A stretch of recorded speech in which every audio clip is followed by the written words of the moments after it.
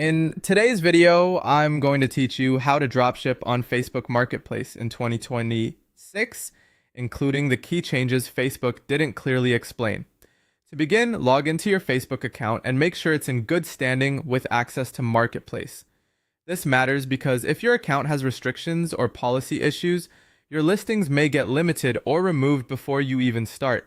A healthy account is the foundation for everything else you do. Next, choose a dropshipping product carefully. You want items with steady demand, not just something random that looks trendy for a day or two.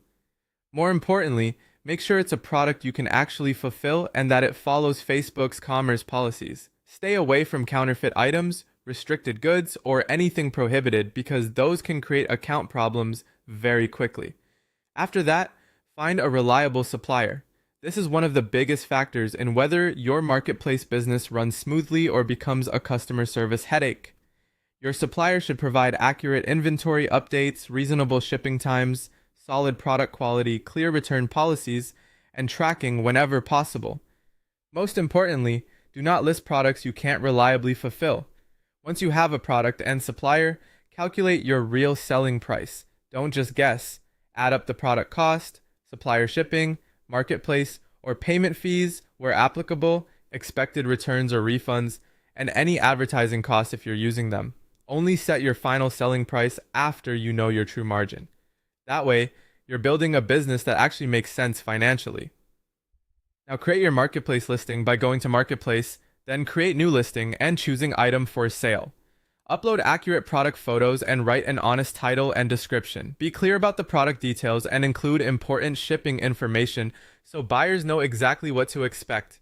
Transparency is especially important in 2026. Don't say an item is locally stocked if it isn't, and don't promise delivery times that aren't realistic. The buyer should receive the exact product they ordered without surprises. When an order comes in, place the fulfillment request with your supplier using the buyer's correct shipping information.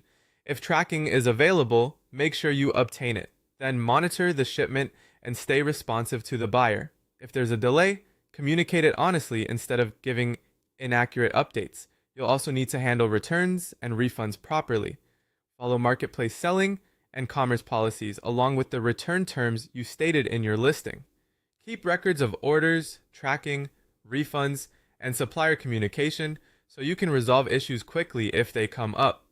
Finally, monitor your seller performance regularly. Check your listings, watch your account status, remove unavailable or non-compliant products, and never use fake or duplicate accounts or deceptive listings to get around restrictions. That's one of the fastest ways to lose access to Marketplace.